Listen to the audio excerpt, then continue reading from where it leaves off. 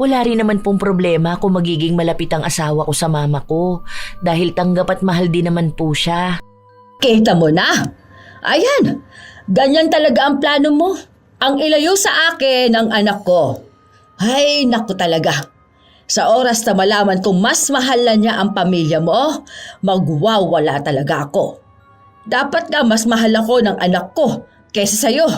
Akong nagduwal sa kanya. Ako rin ang nagpalaki sa kanya.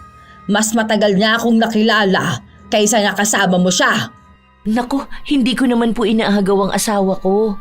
Kahit naman po kanino kayo magtanong, normal naman po na mahal ng mag-asawa ang pamilya na binuo nila kaysa sa pamilyang kinalakihan nila. Ngayon sinasabi mo na dapat itakwil na ako ng anak ko, ha? Walang hiya ka, ha? Ay, hindi po ma. Puro ganyan na lang. Makakarating to sa anak ko. Itong kabastusan mo sa akin.